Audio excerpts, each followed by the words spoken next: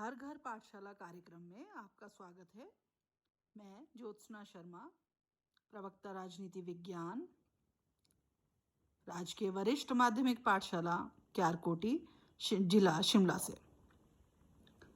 बच्चों, हम आजकल समानता के विषय में पढ़ रहे हैं।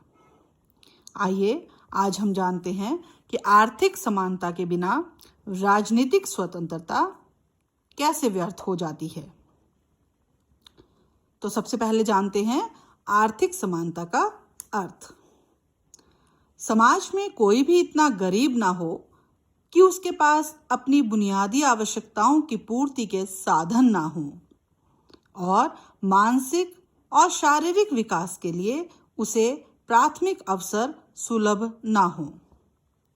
रूसो के शब्दों में कहें तो समानता से हमारा मतलब यह नहीं होना चाहिए कि प्रत्येक व्यक्ति को बिल्कुल बराबरी की सत्ता और धन प्राप्त होना चाहिए, बल्कि उसका मतलब यह होना चाहिए कि कोई भी नागरिक इतना धनवान ना हो कि वह दूसरों को खरीद ले और किसी भी नागरिक को इतना निर्धन नहीं होना चाहिए कि वह बिकने के लिए मजबूर हो जाए।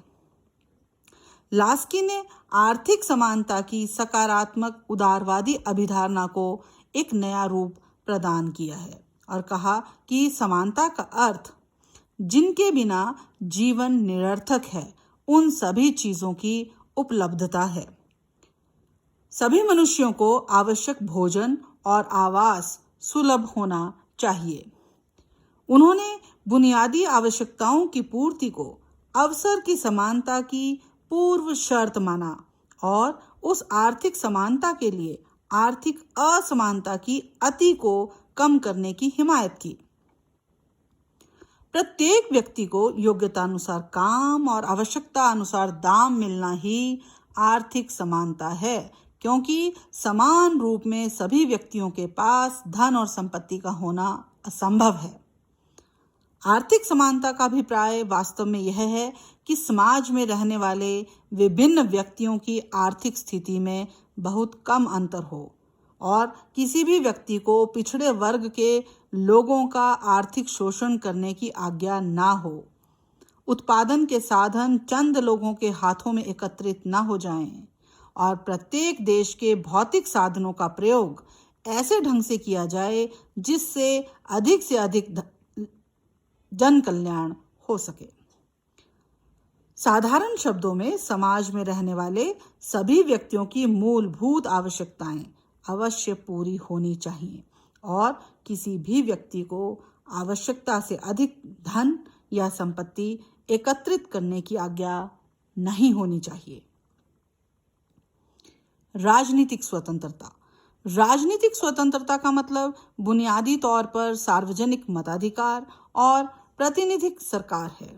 सार्वजनिक मताधिकार का मतलब यह है कि सभी वयस्कों को मत देने का अधिकार हो और एक व्यक्ति का एक ही मत अर्थात वोट हो।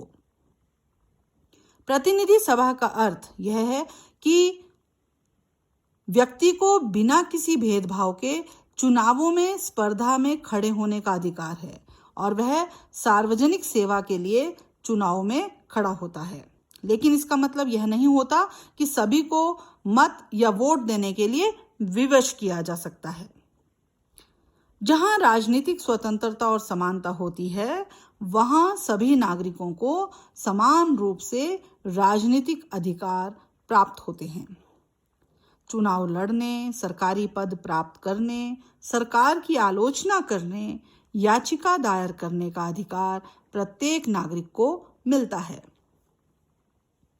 आर्थिक समानता के बिना राजनीतिक स्वतंत्रता व्यर्थ है। ये शब्द GDH कोल के हैं। इस सच्चाई में कोई दो राय नहीं कि आर्थिक समानता के बिना राजनीतिक समानता या स्वतंत्रता का कोई विशेष महत्व नहीं है। सभी योग्य लोगों को समानता के आधार पर राजनीतिक अधिकारों की उपलब्धता राजनीतिक समानता की महत्वपूर्ण विशेषता है। किंतु यदि आर्थिक पक्ष से लोगों में अत्यधिक अंतर होता है तो राजनीतिक अधिकारों की समान उपलब्धता का व्यवहारिक महत्व नहीं रह जाता है। जिन लोगों की आर्थिक स्थिति अच्छी होती है वे लोग ही राजनीति में अधिक रुचि रखते हैं और अपने राजनीतिक अधिकारों का भी पूरा लाभ उठाते हैं। जो व्यक्ति कठोर परिश्रम के बावजूद भी अपने जीवन की बुनियादी आवश्यकताओं की पूर्ति नहीं कर पाते, उन लोगों के लिए राजनीतिक अधिकारों की समान उपलब्धता या राजनीतिक समानता का अस्तित्व कोई व्यवहारिक महत्व नहीं रखता है। मात्र तकनीकी तौर पर संवैधानिक रूप से दी गई राजनीतिक समानता की गारंटी का मतलब सच्ची राजनीतिक समानता नहीं होता, क्योंकि देखा गया है कि प्रमुख उदारवादी लोकतंत्रों में पैसे की ताकत एक प्रमुख भूमिका निभाती है। जिन लोगों के पास यह ताकत होती है वे इसका इस्तेमाल करने को तत्पर रहते हैं और उन्हें अपने राजनीतिक हितों को आगे बढ़ाने में इससे अधिक मदद मिलती है। इस प्रकार अकेले पैसे की ताकत आम तौर पर अक्सर चुनावों के परिणामों को नियंत्रित करने में बहुत महत्वपूर्ण भूमिका निभाती है। उदाहरण स्वरूप ऐसा माना जाता है कि राष्ट्रपति जॉर्ज बुश और उनकी रिपब्लिकन पार्टी ने अमेरिका के राष्ट्रपति के पिछले चुनाव अभियान में अरबों डॉलर खर्च किए और ये सारी रकम बड़े बड़े व्यावसायिक घरानों और कंपनियों से इकट्ठा किए गए थे। इस हालत में यह समझ पाना कठिन है कि स्वयं बुश और उनकी पार्टी कंपनियों के हितों और आम लोगों की भलाई के बीच चुनाव करने की स्थिति उत्पन्न होने पर कंपनियों के हितों का पक्ष लेने से कैसे विमुख हो सकते हैं।